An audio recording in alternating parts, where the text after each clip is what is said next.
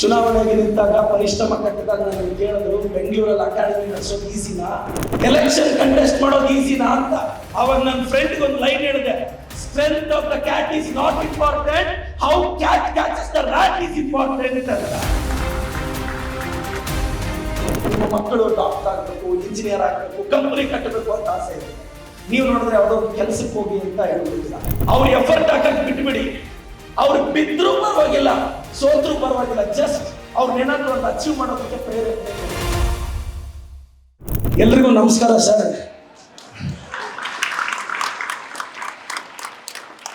ದೇವ್ರ ಮನೆಯಲ್ಲಿರೋ ದೇವರು ನಿಮಗೂ ನನಗೂ ಎಷ್ಟು ಒಳ್ಳೇದು ಮಾಡಿದಾನೋ ನನಗೂ ಗೊತ್ತಿಲ್ಲ, ನಿಮಗೂ ಗೊತ್ತಿಲ್ಲ. ಅಡಿಗೆ ಮನೆಯಲ್ಲಿ ಅಡಿಗೆ ಮಾಡೋ ಅಮ್ಮ ದೇವ್ರಿಗಿಂತ ಒಳ್ಳೇದು ಮಾಡಿದಾನೆ ಅನ್ನೋದು ನನ್ನ ನಂಬಿಕೆ. ಒಬ್ಬ ಹುಡುಗ ದೇವಸ್ಥಾನಕ್ಕೆ ಹೋದಂತೆ. ದೇವಸ್ಥಾನಕ್ಕೆ ಹೋದ್ರೆ ತುಂಬಾ ರಶ್. ಅವ್ರಪ್ಪ ಹೇಳದಂತೆ, ಅಪ್ಪ ದೇವ್ರು ಕಾಣಿಸ್ತಾ ಇಲ್ಲ, ಪ್ಲೀಸ್ ನಿನ್ ಭುಜದ ಮೇಲೆ ಎತ್ಕೊ ಅಂದ್ರೆ ಅವ್ರಪ್ಪ ಭುಜದ ಮೇಲೆ ಎತ್ಕೊಂಡು ದೇವ್ರನ್ನ ತೋರಿಸಿದ್ನಂತೆ. ದೇವ್ರನ್ನ ತೋರಿಸಿದ್ರೆ ಆಯ್ತಪ್ಪ ದೇವ್ರು ಕಾಣಿಸ್ತು ಅಂತ.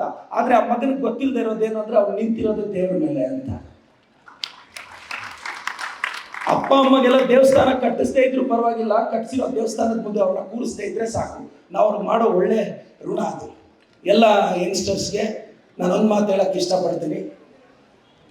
ನಾನು 2 ಸಲ ಕರ್ನಾಟಕದಲ್ಲಿ ಗೆದ್ದೆ. ಒಂದು ಪರಿಶ್ರಮ ಕಟ್ಟಿ, ಒಂದು ಚುನಾವಣೆಗೆ ನಿಂತು. ಚುನಾವಣೆಗೆ ನಿಂತಾಗ ಪರಿಶ್ರಮ ಕಟ್ಟಿದಾಗ ನನಗೆ ಕೇಳಿದ್ರು, ಬೆಂಗಳೂರಲ್ಲಿ ಅಕಾಡೆಮಿ ನಡೆಸೋದು ಈಸಿನಾ, ಎಲೆಕ್ಷನ್ ಕಂಟೆಸ್ಟ್ ಮಾಡೋದು ಈಸಿನಾ ಅಂತ. ಅವಾಗ ನನ್ನ ಫ್ರೆಂಡ್ಗೆ ಒಂದು ಲೈನ್ ಹೇಳಿದೆ, strength of the cat is not important, how cat catches the rat is important ಅಂತ. ಬೆಕ್ಕು ತಾಕತ್ತಲ್ಲ ಮುಖ್ಯ, ಆ ಬೆಕ್ಕಿಗೆ ಹೆಂಗ್ ಹೊಡೆಯುತ್ತೆ ಅನ್ನೋದು ಮುಖ್ಯ. ಯಾಕೆ ಮಾತು ಹೇಳ್ತಿದ್ದೀನಿ ಅಂದ್ರೆ, ನಿಮ್ಮ ಮಕ್ಕಳು ಡಾಕ್ಟರ್ ಆಗಬೇಕು, ಇಂಜಿನಿಯರ್ ಆಗಬೇಕು, ಕಂಪನಿ ಕಟ್ಟಬೇಕು ಅಂತ ಆಸೆ ಇರುತ್ತೆ. ನೀವು ನೋಡಿದ್ರೆ ಯಾವುದೋ ಒಂದು ಕೆಲಸಕ್ಕೆ ಹೋಗಿ ಅಂತ ಹೇಳ್ಬಿಡ್ತೀರಾ. ಅವ್ರನ್ನ ಪ್ರಯತ್ನ ಪಡಕ್ಕೆ ಬಿಟ್ಬಿಡಿ. ಅವ್ರ ಎಫರ್ಟ್ ಹಾಕಕ್ಕೆ ಬಿಟ್ಬಿಡಿ. ಅವ್ರು ಬಿದ್ರೂ ಪರವಾಗಿಲ್ಲ, ಸೋತ್ರೂ ಪರವಾಗಿಲ್ಲ, ಜಸ್ಟ್ ಅವ್ರನ್ನೇನಾದ್ರೂ ಒಂದು ಅಚೀವ್ ಮಾಡೋದಕ್ಕೆ ಪ್ರೇರೇಪಣೆ ಕೊಡಿ. ನಾನೊಂದು ಕಂಪ್ನಿ ಕಟ್ತೀನಿ ಅಂದ್ರೆ ಫಸ್ಟ್ ಕೆಲಸಕ್ಕೆ ಹೋಗೋ ಅಂತ ಬೈದ್ರೆ ಅವ್ನು ಎಲ್ಲಿ ಕಂಪ್ನಿ ಕಟ್ತಾನೆ? ನಾನೆಲ್ಲ ಪೋಷಕರಿಗೂ ಒಂದು ರಿಕ್ವೆಸ್ಟ್ ಮಾಡೋದು, ಸರ್, ಮಕ್ಕಳ ಮೇಲೆ ತುಂಬಾ ಆಸೆ ಇಟ್ಟಿದ್ದೀರಾ.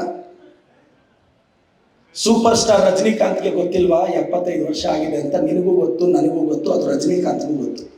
ರಜನಿಕಾಂತ್ಗೆ ಗೊತ್ತಿಲ್ವಾ ಬಾಲ್ಡ್ ಹೆಡ್ ಇದೆ ಅಂತ? ಅದು ನಿಮಗೂ ಗೊತ್ತು, ನನಗೂ ಗೊತ್ತು, ರಜನಿಕಾಂತ್ಗೂ ಗೊತ್ತು. ರಜನಿಕಾಂತ್ಗೆ ಗೊತ್ತಿಲ್ವಾ ಮುಖದ ಮೇಲೆ ರಿಂಕಲ್ಸ್ ಇದೆ ಅಂತ?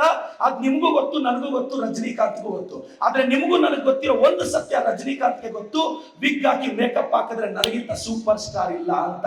ಅದಕ್ಕೆ ಇವತ್ತು 1000 crores ಕ್ಲಬ್ ಅಲ್ಲಿ ಸೂಪರ್ ಸ್ಟಾರ್ ರಜನಿಕಾಂತ್ ನಿಲ್ತಾ ಇರೋದು.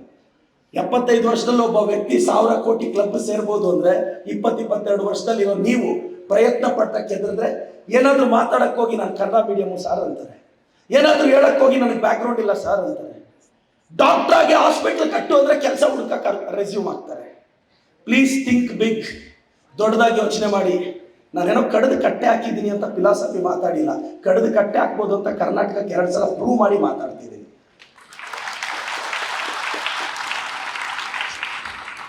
ಡಾಕ್ಟರ್ ಆಗಲು ಕೋರ್ಸ್ಗಳುಂಟಯ್ಯ, ಇಂಜಿನಿಯರ್ಗಳಾಗಲು ಕೋರ್ಸ್ಗಳುಂಟಯ್ಯ, ಟೀಚರ್ಗಳಾಗಲು ಕೋರ್ಸ್ಗಳುಂಟಯ್ಯ, ಬುದ್ಧ ಬಸವ ಗಾಂಧಿ ಆಗಲು ಯಾವ ಕೋರ್ಸ್ಗಳುಂಟಯ್ಯ? ನಿಮ್ಮೊಳಗಿರುವ ಫೋರ್ಸ್ ಬೇಕಯ್ಯ ಅಂತ.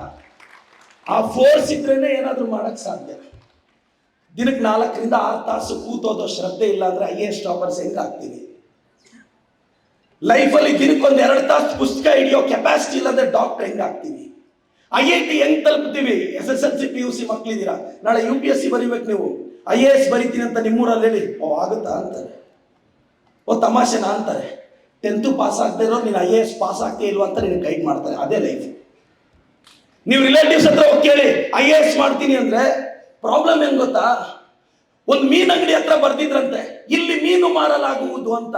ಯಾರೋ ಒಬ್ಬ ಬಂದು ಹೇಳದಂತೆ, ಸರ್ ಇಲ್ಲೇ ಅಲ್ವಾ ಮೀನ್ ಮಾರ್ತಿರೋದು, ಇಲ್ಲಿ ಅನ್ನೋದು ಅಳಿಸ್ಬಿಡಿ ಅಂದ್ರೆ ಅವ್ನು ಇಲ್ಲಿ ಅಂತ ಅಳಿಸ್ಬಿಟ್ಟಂತೆ. ಇನ್ನೊಬ್ಬ ಯಾರೋ ಬಂದಂತೆ, ಸರ್ ಮೀನೇ ಅಲ್ವಾ ಮಾರ್ತಿರೋದು, ಮತ್ತೆ ಯಾಕೆ ಮೀನ್ ಅಂತ ಬರೀತೀರಾ? ಮೀನು ಪದ ಅಳಿಸಿದಂತೆ. ಸರ್ ಮೀನ್ ಇಟ್ಟಿರೋದೆ ಮಾರಕ್ಕೆ ತಾನೆ, ಅಳಿಸ್ಬಿಡಿ ಅಂದ್ರೆ ಇಲ್ಲಿ ಮೀನು ಮಾರಲಾಗೋದು ಎಲ್ಲ ಅಳಿಸ್ಬಿಟ್ಟು ಬೋರ್ಡ್ ಕಿತ್ತಾಕದಂತೆ.